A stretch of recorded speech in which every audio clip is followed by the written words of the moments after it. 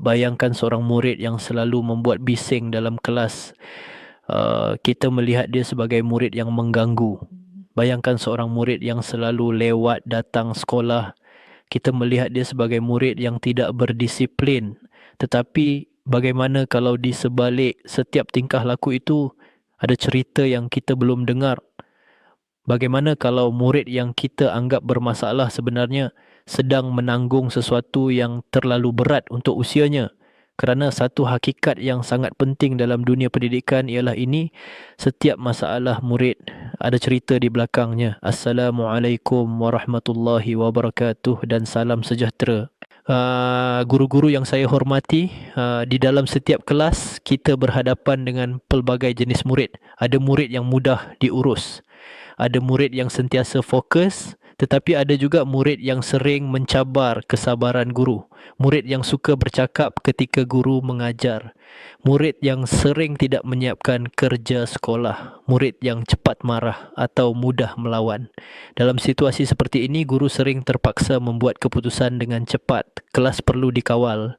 Peraturan perlu ditegakkan. Namun di sebalik semua itu, ada satu perkara yang sering terlepas daripada perhatian kita. Kita melihat tingkah laku murid, tetapi kita tidak selalu melihat cerita di belakang tingkah laku itu. Masalah sebenar bukan tingkah laku murid semata-mata. Masalah sebenar ialah kita kadang-kadang menilai murid hanya berdasarkan apa yang kita lihat di dalam kelas. Sedangkan kehidupan murid tidak hanya berlaku di dalam kelas. Murid datang ke sekolah dengan latar belakang yang berbeza. Ada murid yang datang dari rumah yang penuh kasih sayang, tetapi ada juga murid yang datang dari rumah yang penuh tekanan. Ada murid yang tidur dengan cukup. Ada murid yang mungkin tidur lewat kerana membantu keluarga. Ada murid yang datang ke sekolah dengan perut kenyang. Ada murid yang datang dengan perut kosong. Semua ini memberi kesan kepada emosi dan tingkah laku mereka. Namun perkara ini tidak selalu kelihatan di permukaan. Seorang murid yang kelihatan tidak fokus mungkin sebenarnya penat. Seorang murid yang kelihatan agresif mungkin sebenarnya sedang bergelut dengan emosi. Seorang murid yang kelihatan tidak peduli mungkin sebenarnya telah lama hilang keyakinan diri.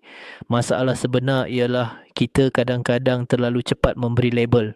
Budak ini malas, budak ini degil, budak ini suka buat masalah.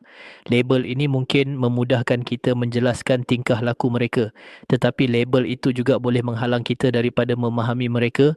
Apabila kita melihat murid hanya sebagai masalah, kita mungkin terlepas peluang untuk melihat manusia di sebalik masalah itu, dan di situlah peranan guru menjadi sangat penting. Guru bukan sekadar penyampai ilmu, guru juga adalah individu yang mampu melihat potensi dan memahami manusia di sebalik tingkah laku. Mari kita faham satu konsep penting dalam perkembangan anak, social learning, pembelajaran melalui pemerhatian. Psikologi perkembangan menjelaskan bahawa anak belajar melalui 3 perkara utama. 1. Pemerhatian, 2. Peniruan, 3. Pengulangan. Mereka melihat apa yang kita lakukan, kemudian mereka meniru. Dan apabila tingkah laku itu diulang, ia menjadi tabiat. 1. Anak adalah cermin ibu bapa. Jika kita melihat sikap anak yang tidak kita suka, kadang-kadang kita perlu bertanya, adakah ini refleksi daripada diri kita? Contohnya, jika kita mudah marah, anak akan mudah marah. Jika kita sabar, anak akan belajar sabar. Jika kita menghormati orang lain, anak akan belajar menghormati. Anak tidak belajar sabar daripada ceramah panjang. Anak belajar sabar apabila melihat ibu bapa sabar. 2. Suasana rumah membentuk karakter rumah, bukan sekadar tempat tinggal. Rumah adalah sekolah pertama anak.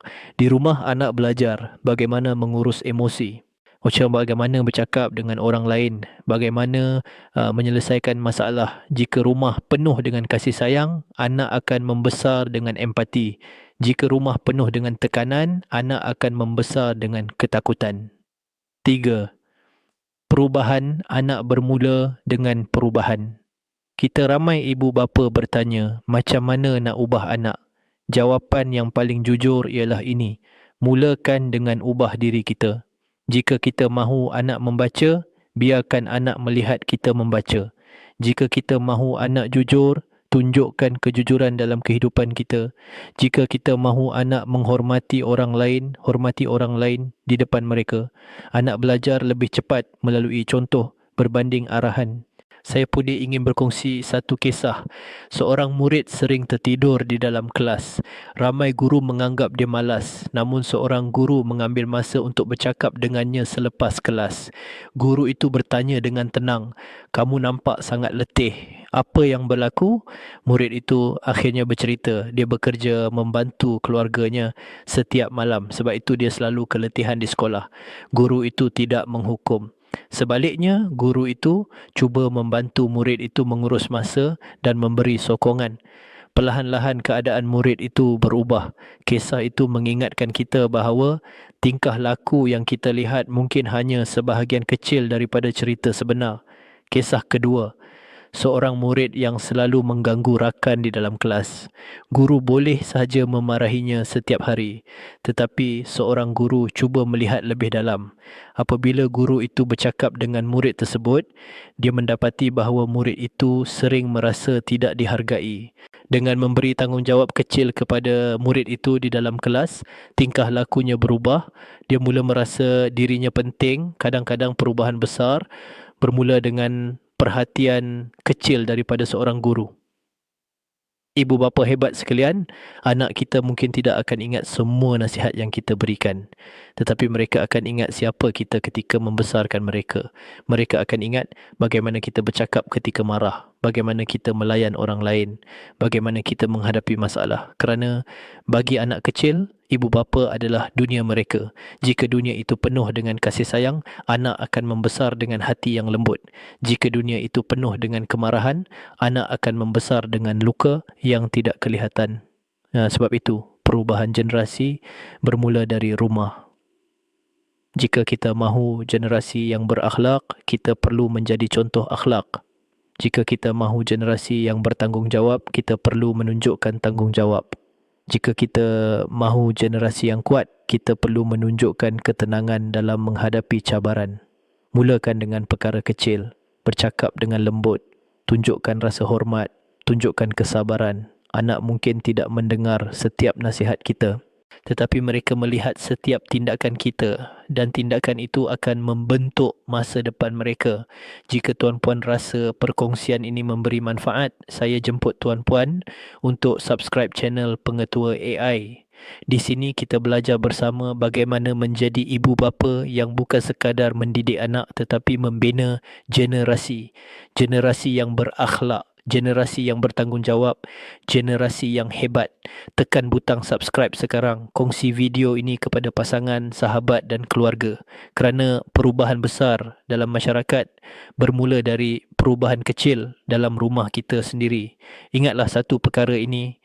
Anak tidak belajar daripada kata-kata kita. Anak belajar daripada cara kita. Dan cara kita hari ini akan menentukan siapa mereka pada masa depan. Terima kasih ibu bapa hebat.